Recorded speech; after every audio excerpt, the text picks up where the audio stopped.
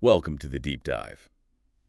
Today, we're digging into a pretty significant situation developing in Kerala. That's right. It involves the Enforcement Directorate, the ED, and their investigation into Veena Vijayan's IT firm.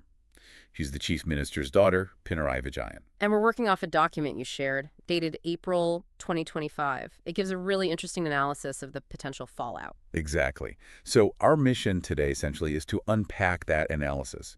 We want to understand the core allegations, the stakes for Veena Vijayan and the CM. The opposition's likely moves. And importantly, this idea in the document about how things maybe could have been handled differently. Okay, let's dive in. So the allegations against Veena Vijayan's firm, what's at the heart of it, according to this analysis? Well, the main thing seems to be these alleged payments. Her IT firm apparently received money from a private company. Uh-huh. And critically, this company seems to have links to government contracts. So naturally, questions arise about, potential undue influence. Right, that's the immediate red flag. Was it quid pro quo or something else? Yeah, and the document points out that critics have latched onto this term, Harambe, suggesting it's maybe a way to indirectly benefit the chief minister. That's a loaded term. And for Veena Vijayan herself, facing the ED, that's obviously serious, but the document suggests it's more than just the legal side. Definitely. It highlights the pressure on her reputation, her professional standing, how she responds. Is she open? Is she seen as evasive? That's going to shape public opinion. And give the opposition plenty to talk about, presumably. Oh, absolutely. Which brings us to her father, the chief minister. Pinarayi Vijayan has this very strong sort of no-nonsense image. How's this situation impacting that? The analysis suggests it's definitely testing that image. His relative quietness on the issue, maybe perceived evasiveness. Yeah. It's apparently creating some mistrust. So the usual defense of it's just politics isn't working as well this time. Seems that way, according to the document. Without maybe clearer explanations, that line is perhaps wearing thin for some. So what's really at stake for him then, beyond just the immediate issue with his daughter? The document looks bigger picture. It does. It talks about his legacy, the party's credibility, the government's image, especially with elections potentially on the horizon and, as the document notes, some existing public discontent. It's a wider political tremor, not just a personal issue.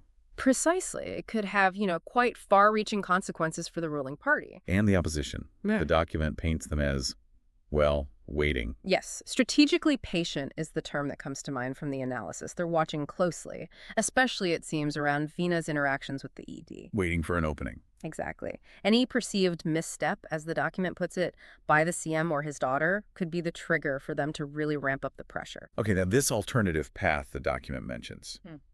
A different way the CM could have approached this. What was that suggestion? This part was quite interesting. The analysis argues that there was perhaps a mischance for the CM to sort of seize the narrative by proactively welcoming an open investigation. Full transparency, clear communication from the start. The argument is that this could have actually reinforced his authority, taken the moral high ground. Instead of letting speculation build. Right. The current approach, the document suggests, risks undermining that authority because it allows doubts to fester.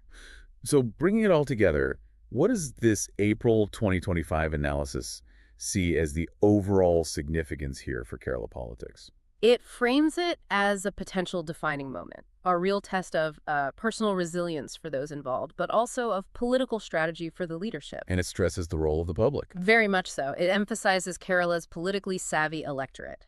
Public trust is described as the key currency.